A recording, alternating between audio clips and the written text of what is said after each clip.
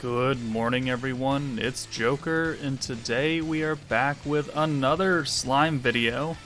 And today, did you know that Tier List Maker has a presentation mode? So it's all, clean and there's no ads of questionable displays that I've been looking up? Oh man, how embarrassing. Anyways, we are here today to rank all of the metas that have come out over the past 6.5, 7 months now. We have burned through every single meta, and now we don't know what's going to happen. We don't know if they're just going to reset and go back in order. Probably makes the most sense, but who knows? We don't know what's coming, but we do know what we have received already. And so I want to go over my personal rankings of each meta. So we have, all 7 right here. 1, 2, 3, 4, 5, 6, 7. Technically we have 8 because I was dumb and I added Protector Remu, who is technically part of the space meta. Technically. So we'll just ignore him because he's not really worth it anyways. But these are going to be my overall thoughts, not on the events that came, but on the quality of units as a whole. So if the meta had, a whole bunch of bangers, then they're going to place high. And if the meta had one good unit and the rest are kind of meh, they're going to get placed low. And again, this is all personal opinion.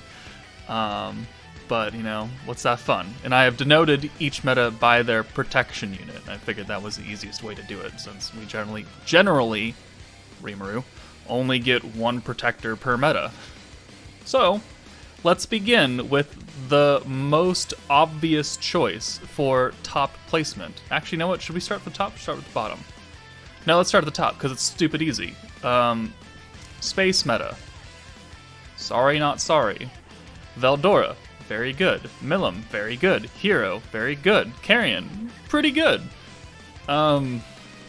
You and Diablo, and sure, you get tagged on because you're a part of the space meta, but you're actually ass. Space meta is broken. It introduced a whole new level of power creep that we thought was, the past 5 months of the game. Power creep wasn't really a thing until the Earth meta started, because every meta, they did new things, but they didn't drastically change the game to a point where you could do every single stage with the one team and not have to worry about it regardless of what you're doing. Well, that changed when the space meta came out, because as we have proven time and time again in EX Conquest, in Crucible, in Tempered Edge, you can take the space team and you can pretty much annihilate anything if you put your mind to it and you have enough dupes. I mean, Charybdis, still fantastic protector, still, an OG banner unit, still good. Valdora, if you want big daddy damage, you look no further on the space team than putting Valdora up there. Cabby and Valdora do have their slight differences of, being bursty skills versus longer term damage buildup. However, they will still get you big daddy damage, and relatively quickly. So, and then, the hero is the best support unit in the game, no cap. And Milim, I know people were angry at me because I said she could be in yes tier. Well, praise be unto thee. We are not moving her out of questions anymore. She will stay in questions, and that's where she will sit forevermore. So you can take solace in that. She's very good. Carrion is, I said I don't recommend people summon for him, and I still say that. However, with the caveat that you shouldn't summon for him if you don't have Valdora, Hero, and Milim. If you have those 3, then I would shoot for Carrion, because he fits into that team very well. He's a single target. He's great. All 4 of those units are great. So, their meta was amazing. Their meta had stupid power creep. They are number 1. So, we'll put that up there because it's not hard to think about. Let's go back down to the very bottom. Who did I think was the weakest meta to come out? And I'm gonna maybe turn a few heads here. The wind meta. Sure, we had Valentine, who is still, probably the second best support unit in the game, being a single target, double special orb changer, and the healer, but she's only one good unit in a batch of either mid to ass, because Christmas Shuna, you don't really use her a lot. She's guard, cool. I mean, Soka has guard, Golem has guard, Milim has guard. Do we use guard units like all that much right now? Not really, unless you're doing conquests, and that's one stage. Maybe some Crucible. Maybe if you want to get cheeky with it, you can take them into tower instead. But honestly, like, guard protectors are a little underused right now, and they don't have too much value. And you'd rather run Shuna over Cabby? I feel like you're not playing the game correctly at that point. Now, if you don't have Cabby and you only have Shuna, well, then I guess you're stuck with that shit. But as soon as you get Cabby, Shuna goes bye-bye. Valentine, very good unit. Butler Valdora, I mean, he's okay. He is single target, and he is technically a double orb changer for green. But I don't feel like he's all that useful. And this is coming from personal experience. Again, mine's only level 80. I don't know what a level 100 Butler Valdora does. He could look very good. He could maybe outdamage Hakuro in a same type scenario. I don't know. I haven't seen it. But I don't really see too many people talk about him either, because I've never seen anyone say, "Oh, my level 100 Butler Valdora hits like a goddamn truck," versus my level 100 Hakuro. Like, I don't see that conversation ever happening. And then we all know my stance on Maid Rimuru. So, I mean, that alone puts you at number 7. So we don't have to go anywhere else. Wind got a very, very good unit, suckered in with a whole bunch of mid units. It's unfortunate. I'm sorry, Wind Val, but your meta was not great. The next meta to, one step up, slightly better, the light meta. And I hate to do this to my girl Soka, because I love Soka. And I like Hinata. Hinata is, again, a very good unit. Double special orb changer, and that defensive debuff or defensive buff for everyone and the resistance buff for herself. But again, she's a fantastic unit punched in with some okay units. Like Light Shizu, haven't used her since. Have not. If I'm going to use a healer, I'm going to use a team healer. I'm going to use Valentine, or I'm going to use Ramirez. And I don't need a single target healer. It's great that it's 45%, because that's very strong, and it's only 15-point cost. But she doesn't fit on the team that I want to use her on, because I want a full team of orange orb changers so I can get Gazel's ult and nuke the crap out of people. And Shizu doesn't really help, Shizu doesn't really help me with that, because we're either nuking or we're dead, and I'm not playing a prolonged fight there. And again, Soka being a guard protector unit and also reducing skill costs and boosting orange is great for a long event that doesn't really exist right now. When we do get some kind of survival event where healing is important and resetting skill costs is important, Soka's going to be fantastic. We're not there yet. Leon is a very good support unit, but people have issues with him. So, I mean, him being AoE, a 1 orb changer, and the light support boost, I mean, those are all okay things. Like, the light support boost is obviously very good. It's obviously very good, but it's the one good skill, and then he's AoE, and then he's got a 1 orb changer. It works on the team, right? It can work. But again, he's relegated to backline support. You bring him in and you get him out of there, and if everyone dies and you're left with Leon, like, he's not going to win you the fight. He's not going to clutch it out on his AoE ult and do butt tons of damage. So, I think that the light team is better than the wind team as a whole, but I don't think it's really all that special. Alright? Cool. Let's move on to number 5. And I had some trouble going in between this one.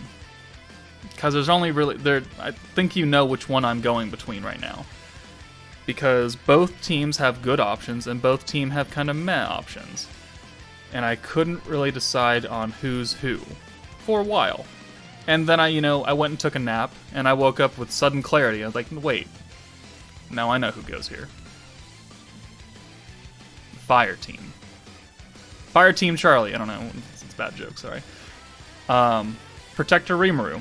Again, a protector that I don't really use that much at all. I tried on Tempered on the EX Challenge quest. It sucked. I died. We stopped using him. Who else? Who came with him? Fire Millum. Fantastic support unit. Guaranteed crits with that crit resistance seal and the single orb change. So, I mean, she's very, very good. And then we got Gobta, who, is a single target damage dealer, double orb changer, and he boosts his crit, which works well when you have Fire Millum. But if you don't have a unit to give you crit, then it's kind of a useless skill. And also, its second ability of increasing your counterattack damage is, worthless. Remu doesn't give you counterattack, right? What are you using that for? I don't know. I don't know what they're doing with Gobta. And he has a terribly low attack stat.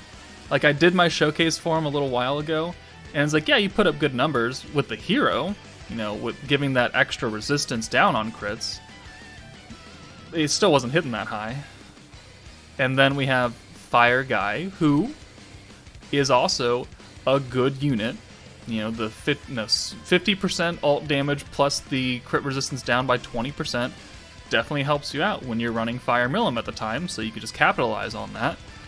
And then his second skill for sealing defense up, we just got done using not this Jubilee, but the past Jubilee, against, who was it? It was Octagram Guy, who had a crap ton of defense, and you took it all away, and you could nuke, and you could do more damage. That's great. And you use that on his own Jubilee. But other than that, you don't use the defense sealing skill at all. You don't really use Gobta at all. You don't use Protector Remu at all. And you use Fire Millum up until this point where we have the hero now, who has essentially replaced her, but Millum still has her uses for that sealing of the crit resistance up. Still useful. Better than the Wind Team, better than the Light Team in my opinion, but no higher than number 5. So moving on, number 4, the Water Team. Okay, Water Team, Chloe, fantastic protector. I use her to lead the Light Team. I don't use Sokka or Ramaris, I use Chloe to give me greens to boost my ult damage, therefore I don't have to bring an ult booster on the team, which frees up a spot for another orb changer like free-to-play Murin, or something like that. But we're talking about we're talking about the Water Team right now. The Water Team has Alice, who is a solid DPS double orb changer with the Pierce, which is kind of what the Water Team's built around, is Pierce power. And then you had Raphael, who unfortunately began the whole segment of the second unit being horribly outshadowed by the third unit. But Raphael can still do good things. He has the Raphael person, character, unit, has the defensive debuff and the Pierce power up, which when you combine that with Alice, you're looking good. Chloe raises your skill points, so using 255-point skills is not a big deal. And she's already boosting your ult anyways, so you don't need to bring another 55-point booster on the team. So it works out. And then you have Valzard, who, like I said, completely overshadowed Raphael. Obviously the best water DPS character in the game. Frostbite being how powerful it is when you combine it with all the other debuffs that the Water Team has, with Water Ranga. And then her own personal attack boost plus Pierce power up, which when you combine it with Raphael's defense down and Alice's Pierce rate and the ult boost from Chloe, it's a high functioning team if you can get all the debuffs on and you can do crazy amounts of damage. So it works really, really well. And Valzard's fantastic, Chloe's fantastic, Raphael is decent. So number 4 for them. I could be swayed into moving them up to number 3 over my soon to be number 3 spot. I could see the arguments because of, how far the game has come between then and now, but let's just talk about that now. The Dark team, in my number 3 slot, the OG meta team, one that we may or may not see redone in the next like 7 days or so. I don't know what they're going to do again, but obviously it was the first meta. Like, we didn't know what to expect. We didn't know how banners were going to run. We didn't know what events were going to look like. We just knew that, oh my god, you got sexy Shion in a secretary outfit and a pencil skirt, and then you got Diablo, like everyone's favorite fucking homeboy, husbando. Like, why wouldn't you summon for them? And so we did. And Diablo ended up being, a fairly decent DPS, and Shion was a fairly decent protector unit at the time. And then we had Dark Valdora come out, another, pretty hype character, human form Valdora, who was an alt booster, who increased your pierce power, or lowered pierce resistance, which if you combine it with the general banner Dark Shion, you could capitalize on that.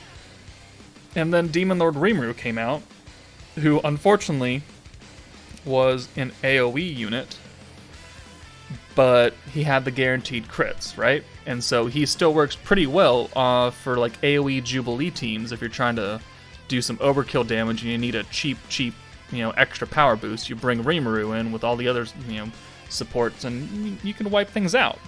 So, very good. And then we have Dark Millum.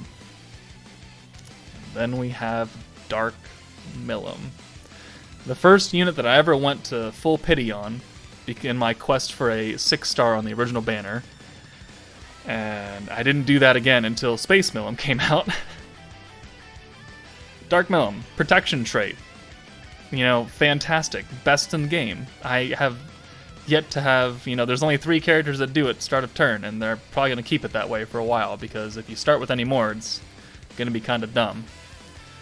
Single target magic damage, 15% chance to crit, and I forget what the other effect of that skill is. 15% is not really that great, but we didn't have Fire Millum at the time, so it was great at the time. And then a double orb change for blues, which the Shion team was running on blues. And Shion changed greens, and Dark Millum changed oranges, so it worked out very, very well. The team, I think, synergized very well together. Now, again, like I said, I could hear reasoning to move the dark meta down into 4 and have the water team go up to 3, like I could. This is probably the least amount of attachment that I would be attached to. Like, these 3 I'm solid on, and this, no one's going to argue it, and obviously Earth is going to number 2. This is the only one where I could be swayed. Both of the teams are good. At the time of release, for each specific meta, the teams were very, very, very good. Better than when the Fire, Light, or Wind team released. So that is why I put Dark Millum higher, Dark Meta. Dark Meta, high. Diablo, Dark Millum, fantastic single target units that are still used today.